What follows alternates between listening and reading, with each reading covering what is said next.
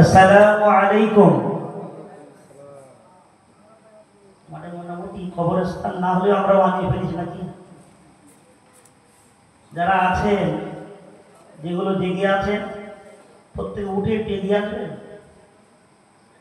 ওয়াজ শোনার কাজ হবে যদি ওয়াজকারীর কথা নেওয়া হয়। যিনি ওয়াজ করবেন তার কথা যদি শোনা হয় তাহলে ওয়াজের কাজ হবে। যারা বসে আছেন প্রত্যেকে উঠুন, উঠে এগিয়ে আসে। আদব হলো যিনি ওয়াজ করবেন তার কথা মেনে নেওয়া। তাহলে আপনারা যদি আদব বজায় রাখতে চান উঠে আসতে হবে, প্রত্যেকে এগিয়ে আসে। যারা আছেন প্রত্যেকে এগিয়ে আসেন, মেহরবানি করে একটু এগিয়ে আসেন, একটু এগিয়ে আসেন। সেই ফাঁকে একটু তকবীর ধ্বনি দেন, নারে তাকবীর। আমি গুনাহগার মানুষ, আমি একটা দোয়া করে তকবীর দেব। এই দোয়াটা তাদের জন্য প্রযোজ্য যারা যেখানে আছেন, যারা গলা ছেড়ে তকবীর দেবে। ওই কটা মানুষের জন্য আমার দোয়া থাকবে, আল্লাহ যেন তাদের ক্যান্সার রোগ না দেয়। চিন্তা করে দেখুন এই দোয়া আপনি শরীক হবেন কিনা। যে কজন মানুষ তকবীরের আওয়াজ দেবেন, ভালো করে শুনে নেন দোয়াটা কি ফজরের একেবারে প্রাক মুহূর্তে। যে কটা মানুষ তকবীরের আওয়াজ দেবেন, কেবল ওই কটা মানুষের জন্য আমার দোয়া। ওই কটা মানুষের জন্য যেন জীবনে ক্যান্সার না হয়। যদি মনে করেন এই গুনাহগারের ওই দোয়াটা দেবেন, এই হাতটা বড় কাবা ছোঁয়া হাত, এই ঠোঁটটা বড় জান্নাত ছোঁয়া ঠোঁট, হাজারে আসর এই ঠোঁটটা ছুঁয়েছে। কবুলিয়ার জায়গা আশা করি আল্লাহ কবুল করবেন। একদম গলা ছেড়ে যে কজন তকবীর দেবে ওই কজনের জন্য দোয়া, যে আল্লাহ যেন ক্যান্সার রোগ না দেয়। নারে তাকবীর, আল্লাহু আকবার। আওয়াজ জোরে হলো না বলো। এই দোয়া পরিপূর্ণ পেতে গেলে ফুল হলে আমাদের আওয়াজ দিতে হবে। নারে তাকবীর মানে সব থেকে বড় কি? সব থেকে বড় কে বলুন তো? আল্লাহ। আল্লাহ থেকে বড় আছে না। অনেকে বলে জবানের বাক শক্তি আল্লাহ দেন, কানের শ্রবণ শক্তি দেন, চোখের দৃষ্টিশক্তি দেন, মাথার ব্রেনের শক্তি দেন। আমাদের সবগুলো আল্লাহ দিয়েছে। আমি যে বলছি ও তো মস্তিষ্কে, কানে যে মস্তিষ্কে বলছে, কানে ঢুকে যে কি বলছি বলা মুশকিল। ব্রেনে সেটা ক্যাচ করছে যে বলছে সব থেকে বড় কে, তার বাংলা, তার আরবি উত্তর আল্লাহু আকবার। আকবার হলে ইসমে তফসিলের সিগা, ওলামারা ভালো বুঝতে পারবেন।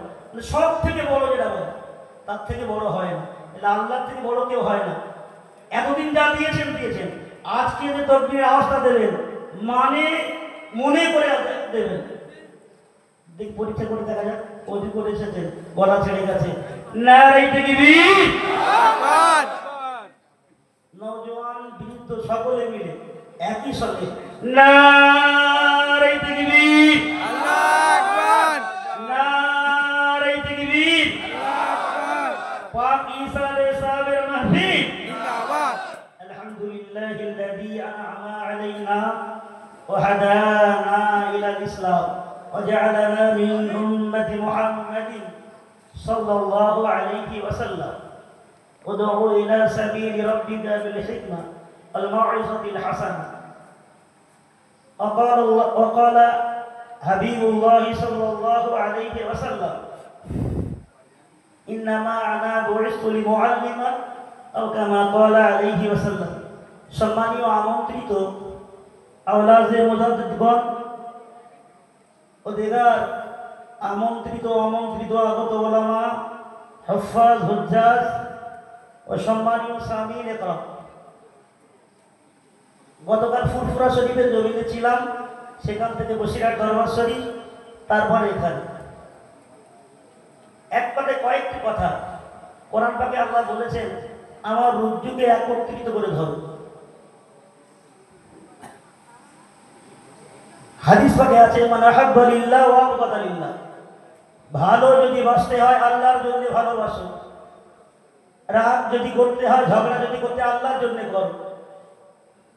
নবীর কথা এবং আল্লাহর কথা এই দুটি সমন্বয়ে যদি আপনি এগিয়ে যেতে পারেন, আপনাকে কেউ রুখে রাখতে পারবে না, জান্নাত থেকে রুখে রাখতে পারবে না। তাহলে আমাদের একত্রিত হতে হবে। এই একত্রিত হওয়াটা কোরআন এবং সুন্নাহ মোতাবেক, কোরআন সুন্নাহ মোতাবেক যেভাবে বলেছে সেইভাবে আমাদের একত্রিত হতে হবে। আর ভালোবাসতে হবে যাকেই বাসেন, আপনার বাপ, আপনার মা, আপনার বিবি, আপনার আওলাদ, আপনার শিক্ষক, আপনার গুরু, আপনার পীর, এনিহাও এ টু জেড যে হোক না কেন, যে ভালোবাসাটা যেন আল্লাহর জন্য যদি হয়, ওই ভালোবাসা আল্লাহর জন্য হলে মান আহাব্বা লিল্লাহ ওয়া আবগাদা লিল্লাহ ওয়া আতা লিল্লাহ ওয়া মানা লিল্লাহ ফাকাদ ইস্তাকবালাল ঈমান। আল্লাহর জন্য যদি আপনার ভালোবাসা হয়, আল্লাহর জন্য যদি আপনার রাগের কারণ হয়, তাহলে আপনি এই ভালোবাসা এবং রাগের কারণ যদি আল্লাহ হয়, আপনি কামিয়াবি হবেন, আপনি সফল হবেন, আপনার ঈমানে কামালাত হবে। আর ভালোবাসা রাগের কারণ যদি নিজের স্বার্থ সিদ্ধির জন্য হয়, ভালোবাসা এবং রাগের কারণ যদি নিজের স্বার্থ, নিজের আত্মমর্যাদা বৃদ্ধির জন্য হয়, এটা কিন্তু ফলবান হবে না। বুখারীর প্রথম হাদিস, বুখারী শরীফের, ইন্নামাল আমালু বিন্নিয়াত, প্রত্যেকটি আমলের ফলাফল রব্বুল আলামিন দান করবেন তার নিয়তের উপর নির্ভর করে। আমি যে লেকচার দেই না কেন, আমার অন্তরের কি নিয়ত স্রষ্টা জানে। যারাই বক্তব্য দেবেন, যারাই যে কাজ করবেন, প্রত্যেকটি কর্মের ফলাফল নবী আবার জানিয়েছেন, বাইনাস সামাই ওয়াদ দুনিয়া আফজালুল কিতাব কিতাবুল্লাহ বা'দা আফজালুল কিতাব কিতাবুল বুখারী। আসমান জমিনের মাঝে সর্বশ্রেষ্ঠ পুস্তক যদি থেকে থাকে, গোটা পৃথিবীর ওলামা সম্প্রদায় ঘোষণা করেছেন কিতাবুল্লাহ, আল্লাহর বাণী কোরআন শরীফ, বা'দা আফজালুল কিতাব কিতাবুল বুখারী, কোরআনুল কারীমের পরে সর্বশ্রেষ্ঠ গোটা তামাম দুনিয়ার হক ওলামা সম্প্রদায় যাকে প্রাধান্য দিয়েছে, শ্রেষ্ঠ সহিহ বলে গ্রহণ করেছে, সেটা হলো বুখারী শরীফ। ওই বুখারী শরীফের প্রথম হাদিস, ইন্নামাল আমালু বিন্নিয়াত, প্রত্যেকটি কর্মের ফলাফল আল্লাহ পাক দান করবেন তার নিয়তের উপর নির্ভর করে। আমি গোলামে মুস্তাফা, আমার পেট কাটবে, পায়খানা ছাড়া কিছু থাকবে না, কিন্তু আল্লাহ পাক পায়খানা দেখবে না, আমার চেহারা দেখবে না, আমার অন্তঃকরণটা দেখবে। আজকে অতীতের দিনে আমরা দেখেছি ইতিহাস, মুজাদ্দিদুজ জামান আল্লামা রুহুল আমিন রাহমাতুল্লাহ আলাইহি, দুজন মহান ব্যক্তিত্ব, তাদের আলোচনা শুনে লাখো কাফের, বেঈমান, মুশরিক, হারামখোর, সুদখোর, ব্যভিচারী তারা আল্লাহওয়ালা হয়ে ওলি হয়েছে। কিন্তু বড় দুঃখের বিষয়, আজকে লাখো আলেম এরা এত করছে, করার পরেও দেখা যাচ্ছে গুটিগত মানুষ পরিবর্তন হচ্ছে না। একটাই কারণ, কারণ আমরা যারা বলছি কোরআনকে খেলাফ করে বলছি। কোনটা? কোরআনুল কারীমে আল্লাহ জানাচ্ছেন, লিমা তাকুলুনা মা লা তাফআলুন। আমার আল্লাহ জানিয়ে দিলেন, হে আলেমেরা, খবরদার খবরদার, এমন কথা তোমার জবান দিয়ে তোমার লেকচারে প্রকাশ করো না।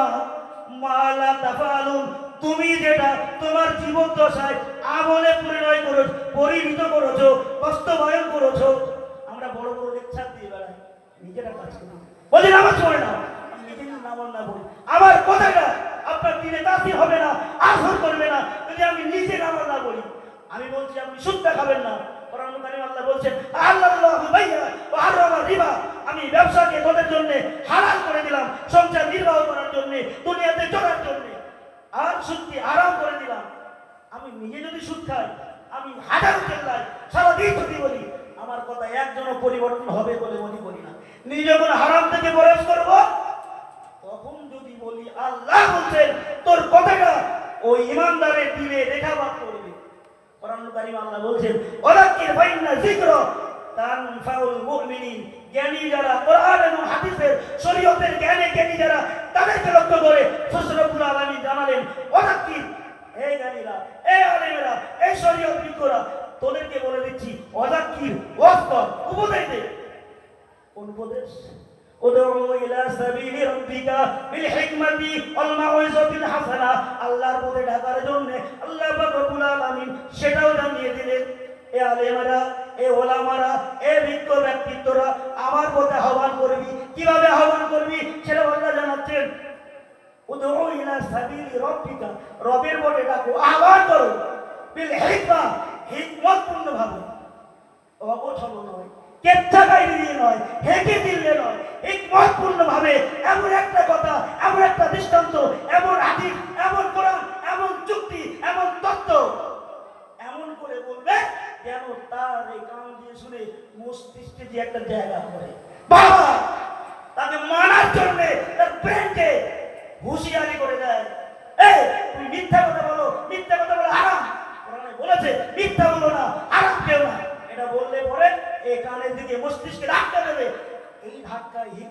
কপালে এমন ধাক্কা দেবে সে যেন ভাবে সে তওবা করে বাড়ি চলে যায়। হয়েছে, দেখা গিয়েছে যে দাদা হুজুর কেবলার বিরোধে এই মজলিসে তওবা করে ওই রাতে আল্লাহ রাসূলের দিদার পেয়েছেন, ওলি হয়ে গেছেন, হাজার প্রমাণ আছে। কিন্তু আমরা হারাম খেয়ে গিয়ে এতটা হারাম কিনে ফেলেছি যে আমাদের কথাতে আমরা নিজেরাই পরিবর্তন তো না, তাহলে আমাদের মধ্যে পরিবর্তন হবে না। আমরা নিজেরাই তো হারাম করবে গেছি, নিজেরাই তো গুনাহগার হয়ে গেছি, আবার নষ্ট কোনায় কোনায় বলবো। আমরা নিজের আসলে আমরা আলেমরা হলো ড্রাইভার গাড়ি চালায় রাস্তা দিয়ে, আমরা যদি আমাদের হোস্টাল না থাকে আমরা গাড়িগুলো নিয়ে যাচ্ছি কোথায় নর্দমা রাস্তার নিচে। তাহলে আমরা যদি সচেতন ড্রাইভার হই, আল্লাহওয়ালা ড্রাইভার হই, তাহলে আমাদের গাড়িটা সরে জান্নাতে যাবে। এই ড্রাইভারকে অনুসরণ করুন যে ড্রাইভারের কথা শুনলে আপনি নবীর জিয়ারত পেয়ে যাবেন, যে আলেমের কথা শোনার পরে আপনার দিলে আসর করবে, আপনি আরাম থেকে পরিবর্তন হবেন, আপনি সুন্নতের আমল অনুসরণ করতে পারবেন। কোরআন কারিমে আল্লাহ বলছেন, কুল ইন কুনতুম তুহিব্বুনাল্লাহ, আল্লাহ বলে দিলেন হে নবী আপনি বলে দেন ইন কুনতুম তুহিব্বুনাল্লাহ, কে আমাকে কোন বান্দা বান্দি ভালোবাসতে চায়, ফাত্তাবিউনি, আমাকে যারা ভালোবাসতে চায় আমার ভালোবাসা হয়ে যাবে। ফাত্তাবিউনি, হে নবী আপনাকে যারা অনুসরণ করবে তারা আমার ভালোবাসা পেয়ে যাবে। ভালোবাসলে কি হবে? আল্লাহ বললেন তাদেরকে মাফ করে দেবো, জুড়ে রাখুন তাদের গুনাহগুলোকে।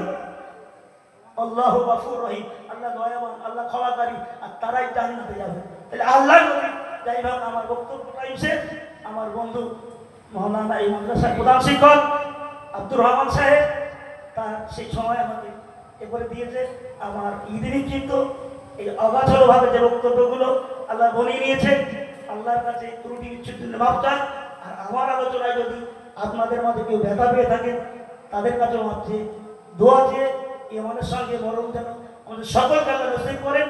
আমরা বলি আমিন। আসসালামু আলাইকুম।